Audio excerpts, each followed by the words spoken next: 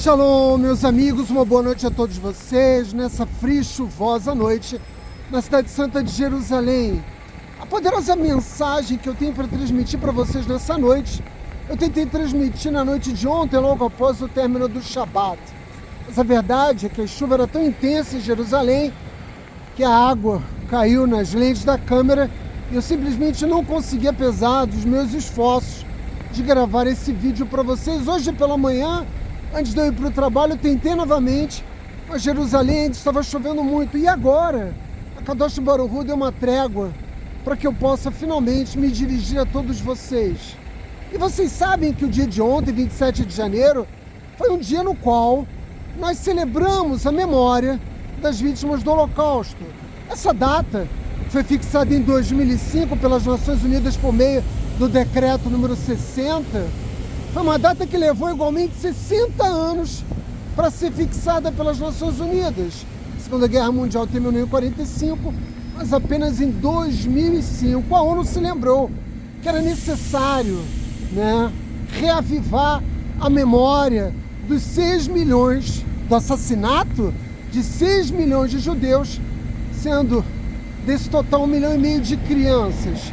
E costumeiramente, nessa ocasião, no dia 27 de janeiro, eu sempre gravo uma mensagem cuja finalidade, evidentemente, é prestar a minha homenagem a tantas vidas que foram tomadas do povo judeu e, dessa forma, contribuir para que esses fatos não caiam no esquecimento. Porque nós sabemos que o esquecimento gera uma reprodução desses fatos. E é exatamente o que nós estamos assistindo agora. Mas toda vez que eu gravo essa mensagem, e tenho gravado ao longo dos anos, eu sempre procuro apontar alguns aspectos que me parecem sempre muito preciosos. Em primeiro lugar, a denúncia da banalização do Holocausto. Nós temos visto isso bem no Brasil, o fato de que todas as forças políticas e sociais, desde a extrema esquerda até a extrema direita no Brasil, falam em nome do Holocausto, como se qualquer evento que tivesse lugar no Brasil pudesse se assemelhar aos acontecimentos que tiveram lugar nos campos de concentração em toda a Europa.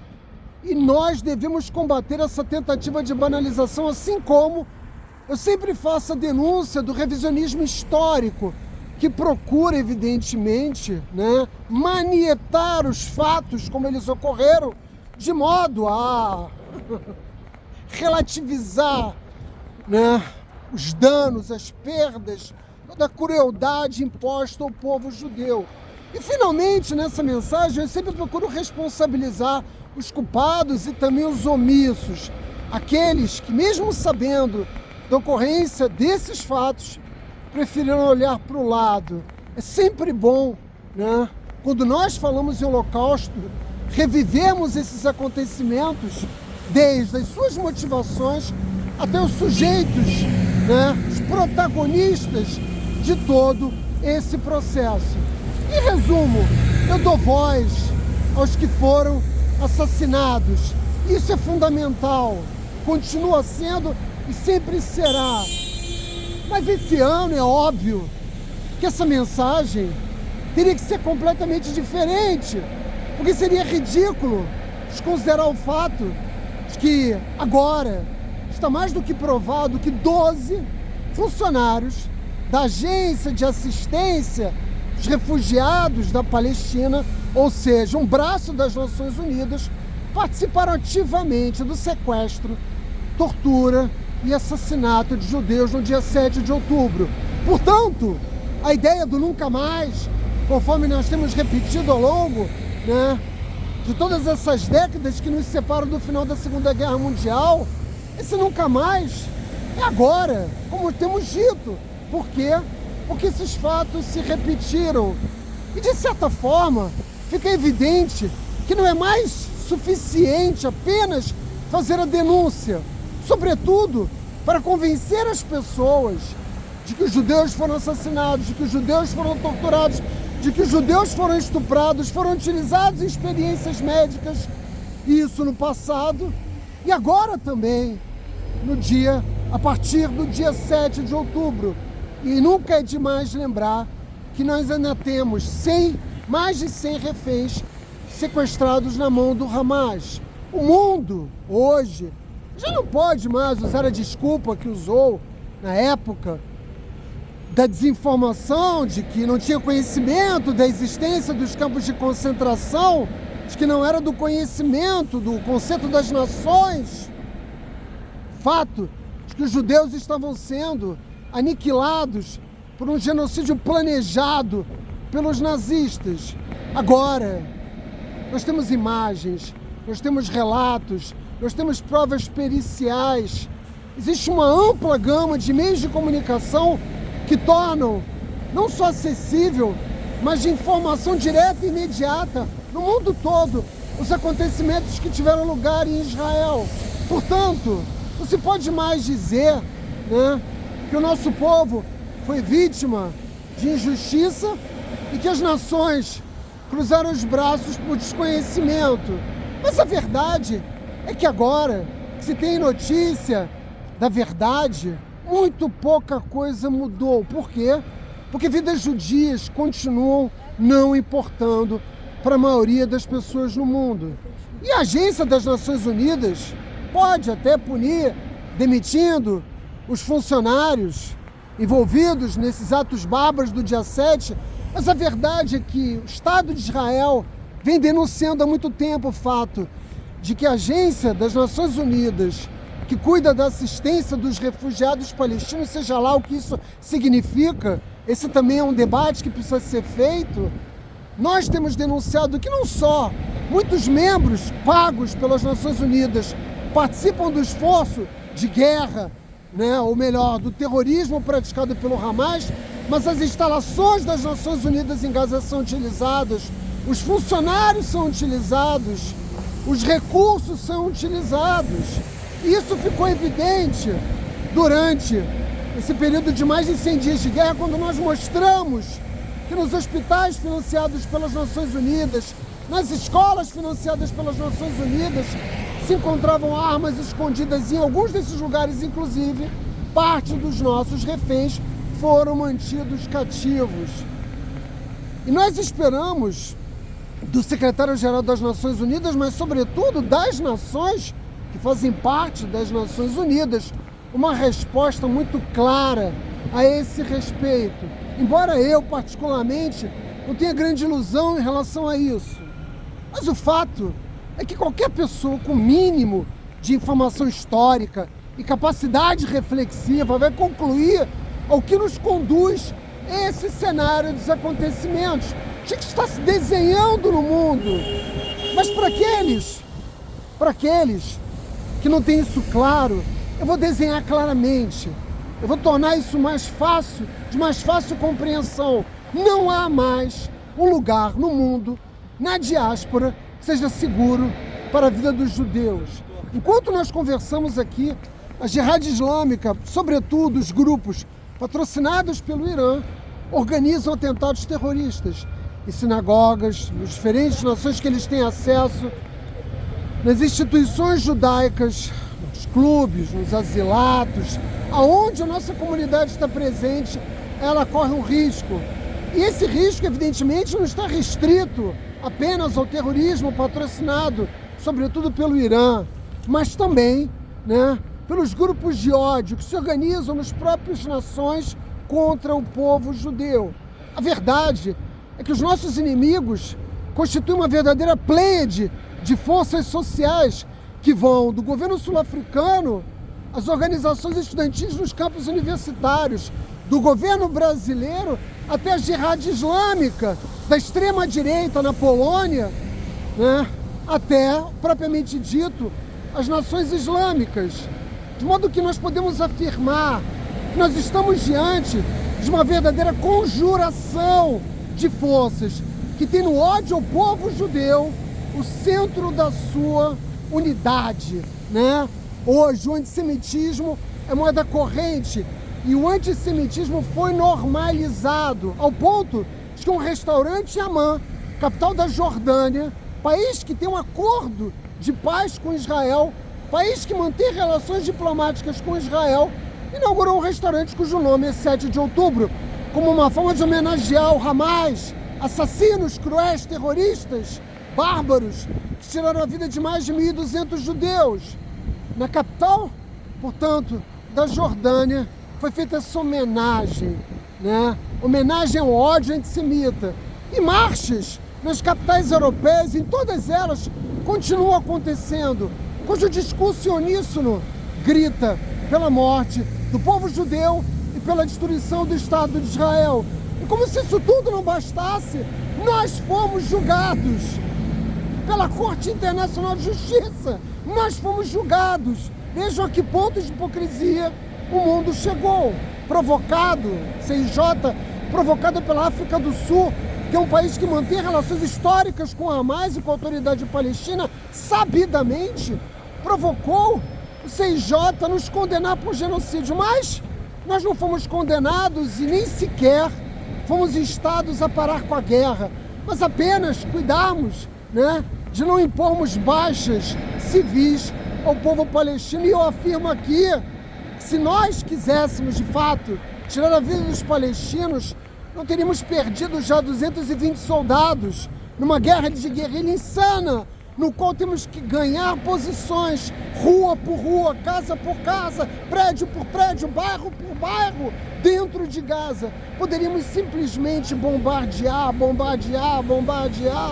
né, ininterruptamente, incessantemente, até simplesmente apagar do mapa o Hamas e os seus jihadistas. Mas é justamente, né, o esforço de Israel, único entre as nações do mundo. Imagina se a Ucrânia, né, teve a sua população civil protegida, né, dos bombardeios russos. Imagina se o governo da Síria protegeu a população síria do seu próprio país quando ela agiu contra as forças insurgentes que pretendiam derrubar o seu governo. Em nenhuma guerra do mundo, uma nação protegeu mais a população civil em qualquer tempo histórico do que Israel em Gaza. Mas o Hamas estampa estatísticas, né, mostra números que ele não comprova. E nesses números nunca aparecem os jihadistas mortos. São todos civis. De modo que nós estamos, como sempre estivemos, absolutamente cercados pelo Irã, pelo Iraque, por forças do Iraque, cercados pelo Hezbollah no Líbano, cercados pelos que nos odeiam na Síria, no Egito, na Jordânia e também no Afeganistão e os Houthis no Iêmen. Ou seja, Israel se encontra a rigor nas mesmas condições geopolíticas e estratégicas do momento da fundação do Estado de Israel. A diferença é que agora nós temos uma força militar capaz de fazer frente a essas ameaças, mas nós não somos capazes de fazer frente à maior de todas as ameaças, que é a normalização do antissemitismo. E a verdade é que, de certa forma, nós temos hoje um cenário que é até mais ameaçador do que o cenário que precedeu a ascensão do nazismo na Alemanha, porque vejam, poucos eram os que, né, no primeiro quartel do século XX, tinham a coragem de promover abertamente o ódio contra o povo judeu. Mas agora nós estamos assistindo em várias nações do mundo, na Indonésia, por exemplo, uma nação que está tão distante de Israel, mas que é uma nação islâmica, nós estamos vendo como povos do mundo todo e seus governos têm um desejo que não escondem mais, de destruição do Estado de Israel e, evidentemente, do genocídio do povo judeu. Vivemos, meus amigos, um verdadeiro teatro do absurdo, no qual nada parece fazer sentido. Aliás, até pouco mais de 100 dias atrás, para muitos judeus, era simplesmente inimaginável que nós estivéssemos vivendo as circunstâncias que estamos vivendo agora. Mas a verdade é que nesse teatro do absurdo, apesar de nada fazer sentido, nós estamos vendo ser produzidos situações inimagináveis. Instituições, como o caso das universidades norte-americanas, que grandes milionários judeus aportaram valiosos recursos, hoje são verdadeiros nichos de antissemitismo dentro dos Estados Unidos. E a quem recorrer, né, num momento como esse? É claro, Kadosh Baruch Hu sempre sai em nossa defesa, mas nós precisamos fazer a coisa certa. Nós precisamos mostrar ao Criador que o nosso pacto imemorial está mais vivo do que nunca, que a nossa aliança, a aliança celebrada por Abraão Avino, continua viva.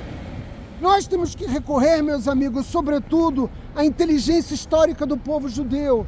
Essa mesma inteligência que ao longo dos séculos fez com que nós sempre tivéssemos uma mala pronta na porta das nossas casas. Isso é verdade, como eu disse há pouco, que não há mais nenhuma nação do mundo no qual nós, o povo judeu, possamos viver com segurança.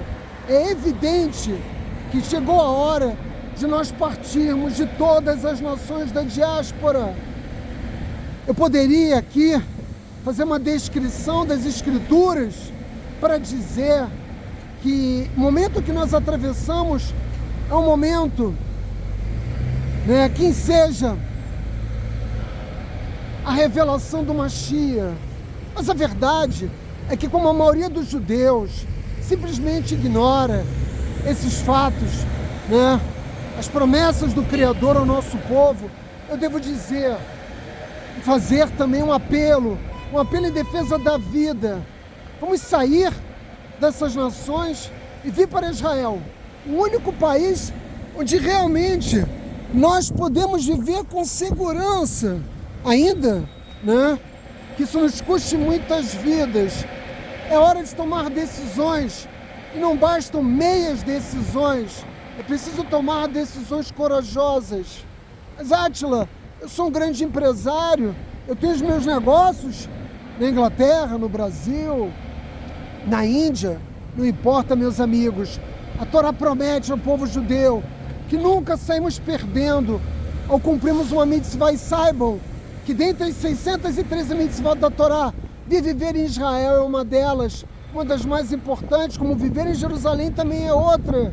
De modo que nenhum judeu sai perdendo quando ele toma a decisão corajosa de regressar à terra de Israel.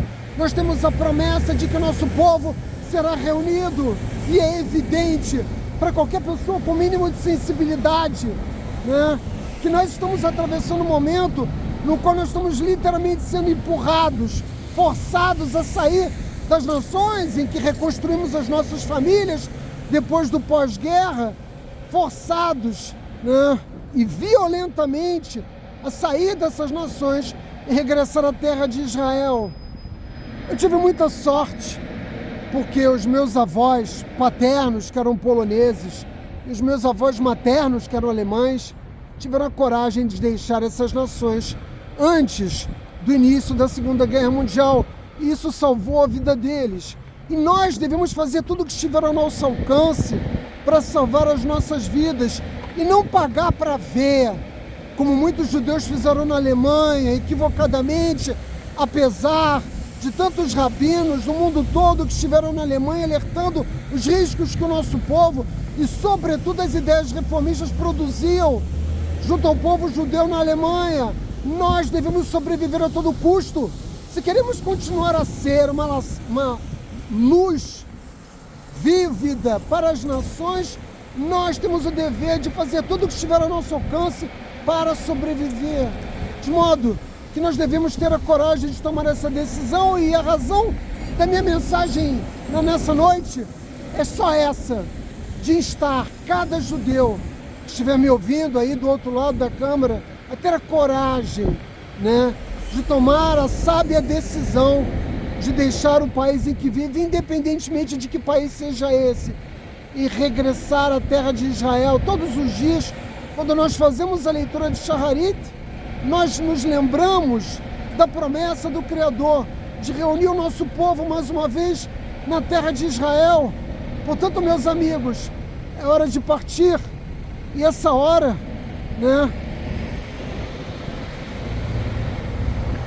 é breve, e essa hora exige de nós rapidez.